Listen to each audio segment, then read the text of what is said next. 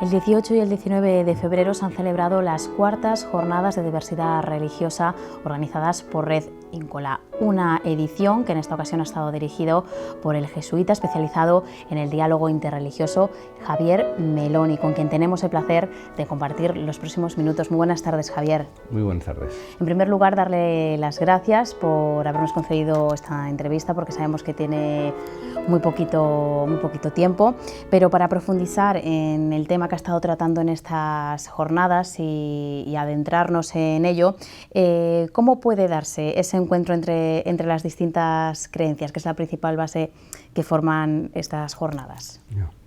Yo quisiera empezar, antes de comenzar a hablar con un momento de silencio, porque creo que tratamos temas que son muy profundos, que están siempre antes y después de las palabras, y es desde ese silencio que quisiera después que se estableciera el diálogo entre nosotros. Entonces, también te invito, si quieres, a participar de él.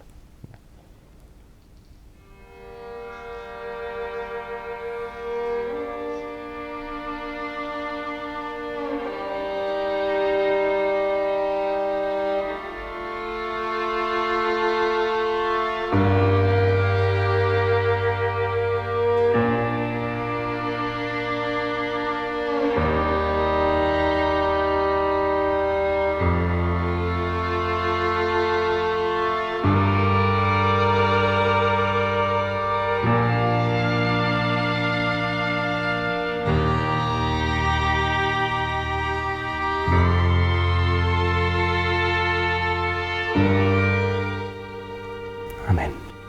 Para mí esto no es un mero protocolo, sino que es una necesidad, ¿no?, de conectar con la fuente y que la palabra sea una extensión, una modulación de ese lugar de encuentro, ya que el tema es el diálogo interreligioso. Y creo que en el silencio, que es diferente del mutismo, el mutismo es no saber qué decir, es una usurpación de la palabra, un bloqueo de la palabra. En cambio, creo que el silencio es como una especie de sobreabundancia, ¿no? Y es generoso porque da espacio a todas las demás palabras, ¿no? Y desde ahí quisiera, siempre entiendo que esa es la base, como la base del diálogo interreligioso. Paradójicamente no es el diálogo, sino el silencio que está detrás de ese diálogo. Como le comentaba, le preguntaba anteriormente, ¿cómo puede darse ese encuentro entre las distintas creencias? Pues acallándose, es decir, acallándose en el sentido de dejando espacio tanto a lo propio como a lo ajeno, ¿no? Es decir, la idea es que no tenemos nada que defender, sino que todo es don. Las religiones son receptáculos de una revelación y cada una de ellas es una copa donde ha recibido esa revelación. Entonces el diálogo es dar de beber el vino que ha sido vertido en la mía a tu paladar y dejar que lo que se ha vertido en el tuyo también sea percibido en mi paladar, ¿no?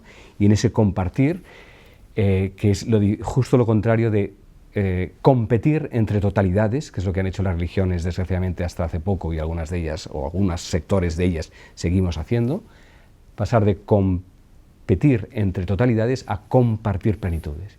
Y para esto de dejar espacio a que tu copa se vierta sobre la mía, como en ti espacio para que mi copa se vierta sobre la tuya, ¿no? Y precisamente, ¿cuáles son las dificultades que existen precisamente para poder llevar a cabo este encuentro religioso? Las dificultades son múltiples, de todo tipo. Son dificultades históricas, son dificultades psicológicas, son dificultades institucionales, son dificultades cronológicas, es decir, el tiempo de maduración personal o colectivo es diferente. Entonces, cuando nos encontramos, dialogar significa tener en cuenta seriamente al otro. Y solo tenemos en cuenta verdaderamente al otro cuando hay paz en nosotros mismos, cuando hay asentamiento en nuestra propia verdad, pero que ese asentamiento en la propia verdad, en lugar de estar crispada sobre sí misma, defendiéndose a sí misma, y por lo tanto todo movimiento defensivo contiene también un elemento ofensivo, ¿no? Y desgraciadamente así ha sido, porque a lo largo de la historia la mayoría de los encuentros más bien han sido desencuentros. Por lo tanto, una de las dificultades primeras es la historia está llena de sangre, desgraciadamente, sangre real, ¿eh? Por lo tanto, reencontrarnos o volver a la inocencia primera de pensar que mi palabra no va a ser ofensiva y por lo tanto no tengo que estar a la defensiva, todo eso en una historia que partiera de cero, pues podría ser. Nosotros, pues la memoria nos hace recordar que esto no ha sido así, ¿no? Por lo tanto, Una dificultad es lo que hemos recorrido hasta ahora, que más bien ha sido incluso no solo, o sea, brutal, me iba a decir, ¿no? Pero también hay cosas esperanzadoras, también no solo ha habido desencuentros, también las religiones también se han fecundado unas a las otras. De hecho, todas las religiones, incluso la misma religión judía, tiene elementos que incorporó, por ejemplo, del tiempo del exilio. A veces solo leemos la resistencia identitaria que se produjo Daniel y los tres otros jóvenes, y tuvo los hermanos Macabeos después en tiempo de los Seleucidas en Jerusalén. Pero de hecho también se produjeron fecundidades entre las tradiciones religiosas. La idea mesiánica del Mesías es una idea que viene de los persas en el tiempo en que los judíos están en Babilonia y rescatados por Sirio, que es un rey persa. O la idea de los ángeles en su exuberancia segunda, digamos, eso también viene del tiempo. Quiero decir que por un lado nos da miedo el encuentro, pero de hecho nos hemos ya encontrado muchas veces y nos hemos fecundado más de lo que pensamos. Las fiestas cristianas, la más importante de todas, que es la Navidad, era una fiesta del entorno mediterráneo. Y esto no significa sincretismo, en el sentido más burdo de la palabra. Significa que se dan integraciones, fecundaciones, más de lo que nos pensamos, depende de qué clave de lectura tengamos, ¿no? Son muchas esas dificultades, como bien nos comentan, y ¿cómo se puede o cómo se debe de ir saltando estas barreras? Haciendo el esfuerzo de ir hacia el otro. O sea, solo si nos encontramos con el otro verdadero, no con el otro imaginado, con el otro temido, con el otro despreciado o ignorado, sino realmente yendo al encuentro del otro. Y procurando que ese encuentro sea lo más simétrico posible. Porque a veces, bueno, por ejemplo, pues aquí mismo, ¿no? En una mayoría, sobre todo católica, pues las minorías, sean protestantes en el diálogo ecuménico, o sea actualmente interreligiosas, como puede ser el Islam o lo que fuere, el encuentro se va a producir en una situación de minoría y una situación de un poco de desprotección del que viene, ¿no? Por lo tanto, hay que tener en cuenta que cuando hablamos, desde dónde hablamos cada uno. Pero atendiendo a esta finura, digamos, otra manera de decirlo sería practicando la hospitalidad sagrada. La hospitalidad sagrada que pasa por la hospitalidad real, que se hace sagrada en el modo de acoger al huésped, no solo soportándolo, sino haciendo el esfuerzo de comprender cuáles son sus claves, con qué claves llega, y sabiendo que algún día yo también seré hospedado en su tierra o en su tienda, y que también me habré de descalzar como él se va a descalzar en la mía, ¿no?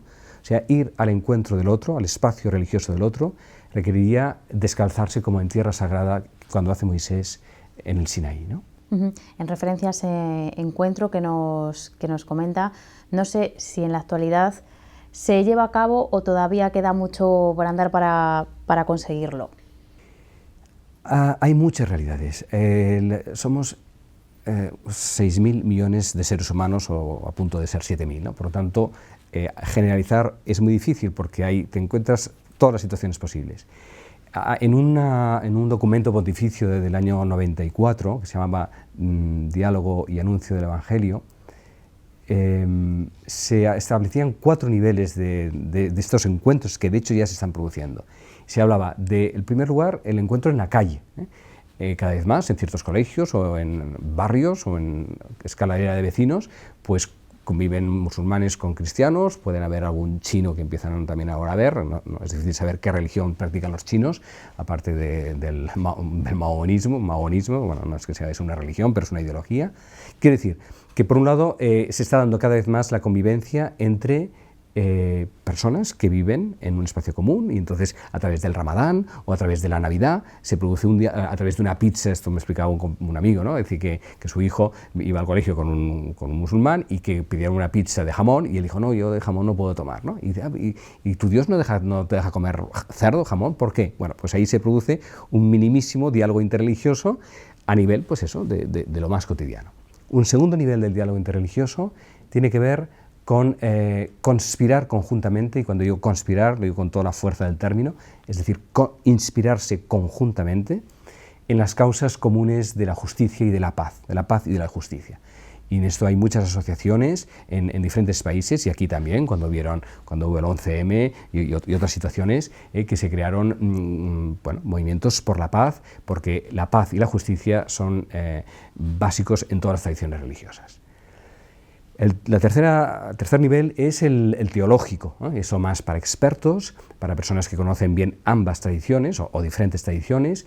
También podemos decir teológico institucional, son los jerarcas o los representantes de las tradiciones que se encuentran en mesas, no para consensos, porque la palabra consenso es fea en el sentido de que es un ir a mínimos donde nadie se reconoce y donde uno se siente medio incómodo porque nadie está realmente siendo reconocido en su identidad más genuina, ¿no? Pero bueno, a veces también hay que encontrar espacios intermedios, y eso sería un tercer nivel, el diálogo teológico y también, como digo, institucional, de convivencia, digamos, en territorio común. Y por último, el cuarto nivel sería la oración, ¿no? Es decir, encontrarnos en la dimensión contemplativa, en ese silencio orante, donde todos reconocemos que Dios es siempre mayor que las imágenes que tengamos de Él, y entonces en esta común adoración del misterio, todos como nos postramos a tierra reconociendo el Deus Semper Maior, ¿no? Y la oración o la meditación también como un espacio muy fecundo de las religiones, de los encuentros interreligiosos. Digamos que los 4 ámbitos que nos ha descrito sería, digamos, los planos desde donde se puede plantear ese diálogo interreligioso. Pero en este sentido, ¿quién está dando esos pasos de acercamiento? Bueno, yo creo que se está dando, de nuevo, a diversos niveles. Se está dando a nivel de base, o sea, grupos, personas que viven en un mismo barrio, en una misma ciudad pequeña. Yo, por ejemplo, estoy en Manresa. En Manresa somos unos 70-75.000 habitantes, y cuando empezamos, habían en el convento de dominicas que hay en Manresa, se hacían unas oraciones ecuménicas por la semana ecuménica. Pero entonces, a principio del 2000, un poco en 1999, dijo, bueno, ahora hay una comunidad musulmana, hay unos grupos budistas también que se encuentran en unos lugares donde gente conocemos están yendo, ¿no? Habían los Bahá'í, que es otra religión persa del siglo XIX. Pues, ¿por qué no ampliamos este espacio que no sea solo ecuménico, sino interreligioso? Y no fue un paso fácil, porque un grupo protestante que había dijo, no, esto, si vienen musulmanes o budistas o hindúes, nosotros no participamos. Y entonces dijimos, bueno, pues lo sentimos, pero nosotros creemos que hemos de dar este paso. No dejamos de hacer los encuentros ecuménicos, ¿no? Porque también creíamos que no teníamos que abrir un campo a costa de cortar o de romper con algo que había costado crearlo, pero se abrió otro espacio, aunque no todo el mundo estuviera de acuerdo ni todo el mundo fuera a participar. Por lo tanto, una iniciativa se da a nivel de base, de personas de buena voluntad que en el encuentro ordinario se dan cuenta de que esto nos va a beneficiar a todos, ¿no? Y que puede ser a través de oraciones que se convocan, puede ser a través de cenas, puede ser a través de irse a visitar, por ejemplo, como decíamos, pues al final del Ramadán o en la Navidad, es decir, propiciar o días, el Día de la Paz, o el Día de los Derechos Humanos, o el Día de la Mujer, en fin, encontrar diferentes fechas que nos atañen a todos y que juntos podemos celebrar y reconocer o compartir ideas, maneras de vivirlo, ¿no? Conocimientos de los textos. Esto es una iniciativa que se está dando, y esto es imparable en el sentido de que no se puede ni organizar ni prohibir, ¿no? Se da, gracias a Dios, ¿no? Y ojalá se diera mucho más, ¿no? Cuantas más hogueras, campamentos hubieran con estas llamas de calor y de luz, pues, y de hecho, bueno, pues el red Inícora pues es otro ejemplo, ¿no? Se produce un diálogo real en el encuentro de la acogida, en el tipo de dietas o de horarios o de costumbres, y a partir de ahí se genera un interés por el otro, y eso ya es diálogo interreligioso. Por lo tanto, ese es un tipo de iniciativa. Otras iniciativas son desde las confesiones religiosas, sea las iglesias o en las diferentes instituciones, pues que creen que este diálogo es indispensable. Entonces son ellas, una tradición religiosa determinada o algunas plataformas confesionales que convocan para esto. Por ejemplo, el Papa Juan Pablo II en Asís en el 83, en el 87, perdón, y convocó la oración por la paz en Asís, ¿no? Y eso fue algo que luego, a partir de entonces, cada año se sigue haciendo.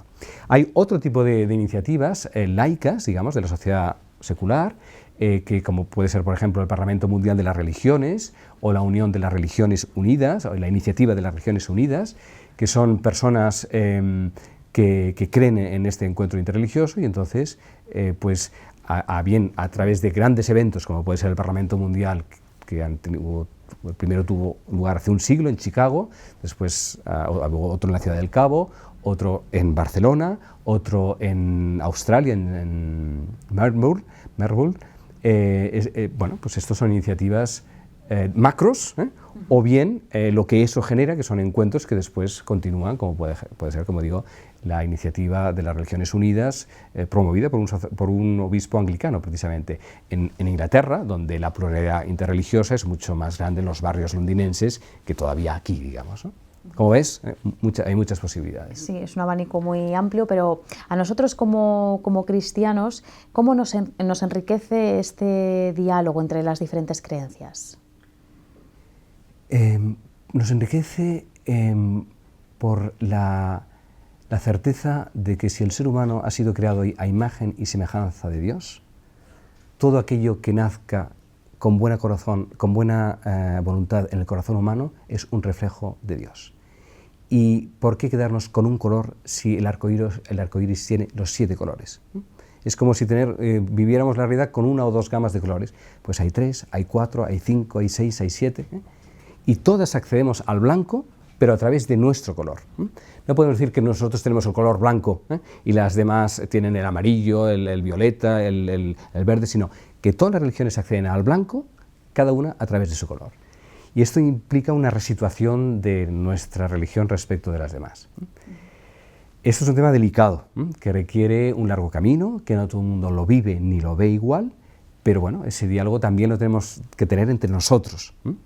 En la tradición cristiana católica se hablan de 3 grandes posiciones en el diálogo interreligioso, que es la llamada posición exclusivista, la posición inclusivista y la posición pluralista. La posición exclusivista es la que considera que solo con una explícita confesión de que Cristo es el Señor y con un bautismo, o sea, a través de la mediación eclesial, puede haber salvación, en el sentido de que si no se produce esta sacramentalización o esa confesión de fe, pues no se accede a eso que llamamos salvación, ¿no? Esto es lo que se ha creído hasta hace poco, y de hecho el impulso misionero tiene algo de esta inquietud y de este deseo de comunicar a los otros esto que no tienen, ¿no? Pero claro, eso es un poco grave, digamos, ¿no? Porque esto es pensar que nacemos como un déficit, que nacemos con una deuda externa, digamos, ¿no? Como los que nacen en los países del tercer mundo, ¿no? Que nacen endeudados solo por el hecho de nacer en Colombia, en Brasil o donde fuere, ¿no? Lo originante no es el pecado, lo originante es la imagen y semejanza. Lo que llamamos pecado es aquello que emborrona, aquello que impide el desarrollo de lo que somos. Bueno, y eso, todas las religiones son modos de restaurar esa imagen primera, ¿no? Entonces, yo creo que eso nos lleva al segundo momento, que es la inclusión, la posición inclusivista, que es la que se dio en el Concilio Vaticano II, que considera que aunque las personas de otras tradiciones no confiesen explícitamente a Jesús como el Señor y no se lleguen a bautizar nunca, en la medida en que tengan implícitamente el deseo de Cristo y el deseo de lo que Jesús anuncia, pues participan del mensaje cristiano, aunque no lo conozcan, y por lo tanto están incluidos sin que pase por la sacramentalización explícita. Esto se llama inclusión. Pero todavía estamos nosotros situados en el centro, pensando que todos en el fondo acabarán siendo cristianos, ¿no? Aquí o allá, ¿no? Bueno, pues hay una tercera posición que es delicada, que en estos momentos no está asumida todavía por el magisterio de la Iglesia, pero que hay algunos que se posicionan entre ellas, en ella, y honestamente pues yo me siento inclinado en esta tercera posición, que es que el centro de la montaña está más allá de todos y más acá de todos. Y que en cada religión, vivida en plenitud, en belleza, en bondad y en verdad, se alcanza ese centro que nosotros alcanzamos como cristianos. Entonces no se trata tanto de convertir al otro a mi religión, sino de descubrir en el otro, en la religión suya, aquello que tiene también común en la mía y que juntos alcanzamos la montaña por caminos diferentes. Y a donde hemos de apuntar es a la cima de la montaña. Entonces, a lo mejor preguntarás, bueno, ¿y esto cómo coincide con nuestra fe que dice que Jesús es el único camino, verdad y vida, la única mediación entre el Padre, entre los seres humanos y Dios Padre? Bueno, esto, digo, es un tema teológico abierto y estamos en ello. Yo personalmente creo que el verdadero encuentro con el otro, lo planteo no desde casa, sino desde la salida de casa hacia el otro. Si el otro, de alguna manera, intuye, o yo mismo espero que en el diálogo al final de lo que trato de hacer es convencerlo para que venga lo mío, ahí no va a haber diálogo. Va a haber pequeñas concesiones y yo no voy a aprender muy poco del otro, porque en el fondo estaré pendiente de que al final acabe aceptando lo que yo no quiera decir, ¿no? Por tanto, se da una inclusión, como decía, ¿no? En el verdadero diálogo hay un radical reconocimiento de la verdad del otro, aunque no sea expresado como en mi verdad. Y esto implica que yo me pongo a la escucha profunda de lo que de verdadero hay en el otro y reconozco aquella plenitud que él expresa o ella expresa con su lenguaje y que yo como cristiano reconozco con mi lenguaje, ¿no? Pero no trato de convertirlo a lo mío, sino que ambos nos convertimos a lo que nos trasciende.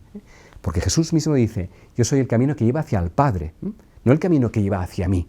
Yo soy el camino que me atraviesa y que atravesándome llega hacia el origen, que es el Padre. El Padre es la fuente de la que el Hijo es el receptáculo. Entonces, somos diferentes receptáculos y cada religión es un receptáculo. El cristianismo es un receptáculo donde se ha vertido la fuente. A donde hemos ido es hacia la fuente. Y las demás religiones, y el cristianismo incluida, es un receptáculo de esta revelación, ¿no? Esto es delicado porque hay que replantear ciertas cosas, pero no quedan para nada minusvaloradas, pero quedan reinterpretadas de otro modo. Y bueno, es un tema abierto que despierta a unos inquietudes, a otros obertura, y que yo creo que sobre todo es un camino espiritual. Como dice San Juan de la Cruz, para ir a donde no sabes, has de ir por donde no sabes. Para ir a donde no conoces, has de ir por donde no conoces. Para ir a donde no eres, has de ir por donde no eres. Y el encuentro con el otro, el encuentro con la revelación de Dios que se ha manifestado en el otro, es un éxodo que hace salir de mí hacia la tierra ajena a la que solo descalzado puedo acceder a algo de sus atisbos, y entonces conjuntamente hacer ese camino hacia el Padre, hacia la fuente, nosotros a través de Cristo, los musulmanes a través del Corán, los budistas a través de Buda, los hindúes a través de sus Upanishads, y respetándonos radicalmente porque la cima no es el camino. Los caminos, lo que hemos de discernir es que ese camino realmente lleve a la cima y no lleve a un barranco, por supuesto que hay que discernirlo, pero no para que todos vayan a mi cima, porque no hay cima mía. La cima no es de nadie y es de todos, y nosotros accedemos a través del Cristo, de Cristo Jesús. Pero ahí, en la cima, hay una inmensidad de la que no tenemos ni idea, ¿no? En referencia a esto que nos está comentando, en su opinión, ¿por qué hay a algunas personas que les cuesta el entender este diálogo, ¿no? el poner lo que usted bien nos estaba comentando, lo que tenemos todos en común, que no es poner una creencia por encima de la otra? ¿Por qué hay a gente que le cuesta tanto el nivelar? Porque nos cuesta en todo, porque ponemos al hombre por encima de la mujer, o al revés, a la mujer encima del hombre, porque ponemos al Barça por encima del Real Madrid, o al Real Madrid por encima del Barça, porque somos todavía muy necios. O sea, necios con todo el respeto, pero porque somos cortos, que es una manera más amable de decirlo, ¿no? Es decir, no tenemos espacio todavía, no somos generosos, porque todavía no somos cristianos. Es decir, y porque los musulmanes todavía no son musulmanes, porque los hindúes todavía no son hindúes y los budistas no son budistas. Cada vez que nuestra verdad la bastimos como un trofeo en contra de la otra persona, estamos haciendo añicos nuestra propia verdad, ¿no? Eso le pasó a Jesús, ¿no? Iba camino de Jerusalén, atraviesan Samaria, unos no les quieren recibir, y sus dos discípulos más queridos, Jaime y Juan, Juan que pasa por el apóstol más suave y más dulce, llamados por Jesús los hijos del trueno, dice, hacemos que haya una lluvia de fuego y los arrase porque no te han acogido. Y dices, Jesús, ¿qué estáis diciendo? ¿No habéis entendido nada? O sea, si ir conmigo nos hace más humildes, más amables, si os da otra forma de poder, eso no va a aportar nada nuevo a la humanidad, nada nuevo a Jerusalén, ¿no? Y cuando más se van acercando a Jerusalén, más se van distanciando entre ellos, porque los discípulos piensan que van a conquistar la ciudad mesiánica y Jesús lo que percibe es que se va a tener que rendir y entregar del todo, y solo eso va a ser el verdadero mesianismo, ¿no? Entonces, de Jesús podemos coger dos frases muy diferentes. Quien no está a favor mío, está en contra mí. O la contraria, que dice, quien no está en contra mío, está a favor mío. Están dichas en dos contextos diferentes. En unas están en un momento en que está pidiendo la fidelidad, y entonces está diciendo, cuidado, que cuando uno se ha adherido hay que entregar todo, y si no nos entregamos del todo no vamos a conocer a Jesús. Para nada estoy rebajando la radical entrega que como cristianos tenemos que hacer en nuestro camino, pero que nuestro caminar sea manso, humilde, generoso, que pueda escuchar las pisadas de los otros caminos, y que cuando lleguen otros nómadas, otros excursionistas a la cima, les preguntemos, ¿y cómo era vuestro camino? Y nos digan, pues por allá habían palmeras o cascadas o una mina de oro. Y nos digan, ostras, pues por ahí habían abetos y prados y vacas, ¿no? Y que en lugar de disponernos, no, mi paisaje era verdadero, no, mi paisaje otro era el verdadero. No, la montaña tiene muchas vertientes y puede ser muy diferente por una cara u otra. Lo importante es que ascendamos, ¿no? Y hay una imagen que a mí me parece muy, muy bella y muy clara.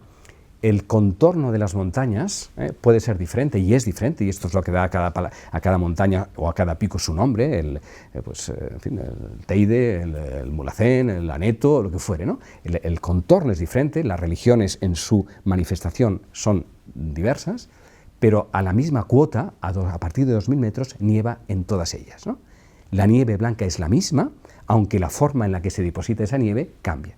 Entonces, unos pueden fijarse, y está bien que lo hagan, ¿no? O que lo hagamos, en el contorno de los picos, porque no es lo mismo que sea uno u otro, y ahí cada uno también tiene su manera de subirlo, y otros podemos estar fascinados, digamos, y esperanzados, porque lo que estamos mirando es la común nieve blanca que cae sobre todos los picos, ¿no?